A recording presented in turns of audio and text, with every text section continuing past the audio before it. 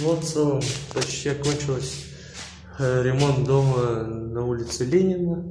В целом здесь все хорошо сделано. Осталось штрихи доделать, и все будет замечательно. Просто супер.